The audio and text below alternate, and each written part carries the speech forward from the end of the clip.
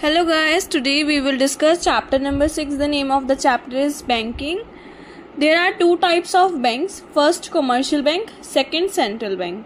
First of all, we define commercial bank, a profit-making financial institution which accept checks and non-check deposits from people and offer loans. Second are commercial banks. It is an apex banking which controls and regulates the entire banking systems and money system supply of a country, which is RBI. Primary functions of commercial banks and secondary functions of commercial banks. First of all, primary functions of commercial banks. दो type के यहाँ पे primary function होते हैं. सबसे पहले होता है एक्सेप्टिंग डिपॉजिट, दूसरा होता है एडवांसिंग लोन. फिर सेकेंडरी फंक्शन में आता है लोकर फैसिलिटी और एलओसी. फिर आता है credit creation function of commercial banks. ये एग्जाम्पल है, जैसे डिपॉजिट हमारे पास 1000 है, CRR हमारे पास 10% है, तो ये 100 हो गया और एक्सेस रिजर्व 900 हो गया. जब डिपॉजिट 900 के होंगे तो CRR लग के 90 हो गया और एक्सेस रिजर्व 810 आ गया.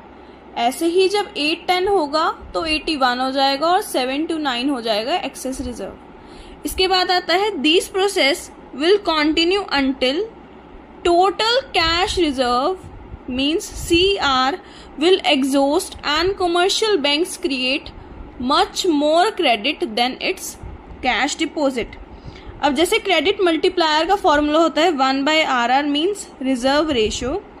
जैसे 110 है, ये 10 कैसे आया, ये जो 10% था इस करके, तो मल्टीप्लाई 100 से हो गया तो 10 टाइम्स आ गया. ऐसे ही क्रेडिट क्रिएशन का फॉर्मूला होता है 1/RR means 1 reserve ratio multiply initial deposits. सबसे पहले आता है फंक्शंस ऑफ सेंट्रल बैंक. सबसे पहला आता है issuing notes. It is also called currency authority of central bank. The note issue by RBI are an unlimited legal tender. फिर आता है government bank. RBI is a banker, agent and adviser to government. Banker का function क्या होता है, it manage accounts of government. Agent का function होता है buy and sell security on the behalf of government. और इसके बाद आता है adviser, it frame policies to regulate money market. फिर आता है bankers bank. The RBI accept deposit from commercial banks and offer them loans. RBI provide clearing house function facility to commercial bank. Clearing house facility आपको 5th point में पता चलेगा. Lender of the last resort होता है. The commercial bank fails to get financial accommodation, it approach central bank as a last resort. It advise loans to such bank.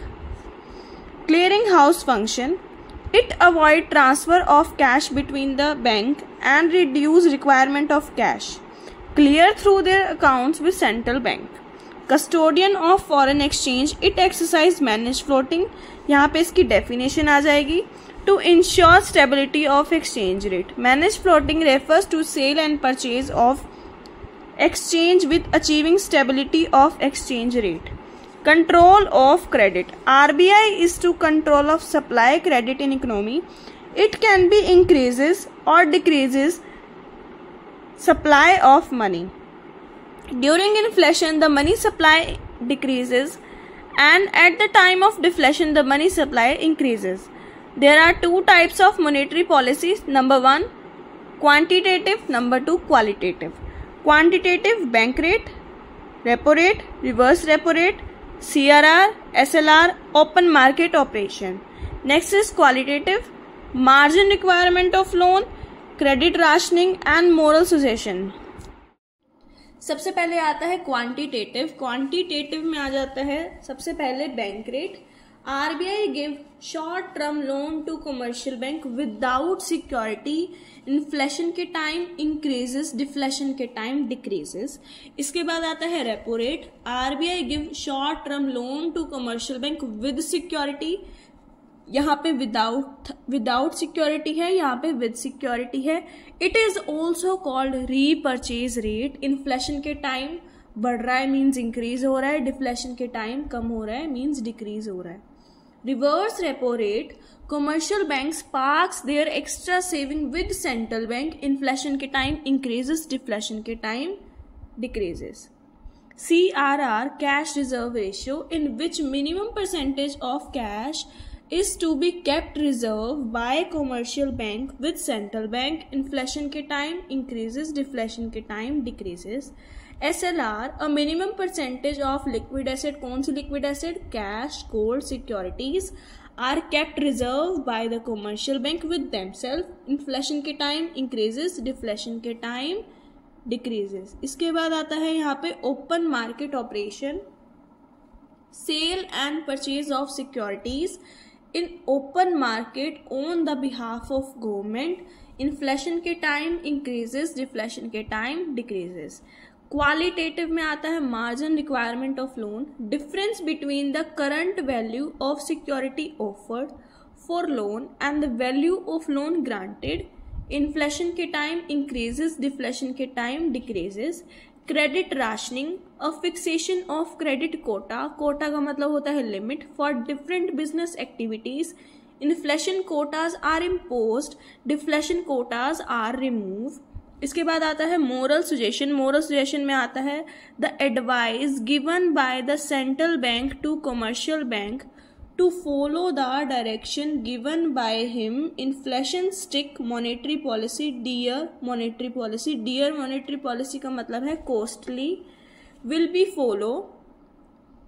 और deflation में आता है liberal monetary policy will be follow. liberal का मतलब होता है less costly. तो आप इन्फ्लेशन और डिफ्लेशन को कैसे याद रखोगे जहाँ पे इंक्रीज और डिक्रीज होगा? आप ऐसे याद रख सकते हो कि जैसे इन्फ्लेशन में सबसे पहले ये देखो, जैसे इन्फ्लेशन में इन आता है तो इन का मतलब हो गया इंक्रीजेस, और DE आता है तो डिक्रीजेस. ऐसे याद रख सकते हो.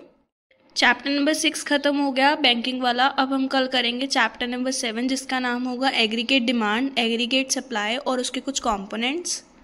Thank you.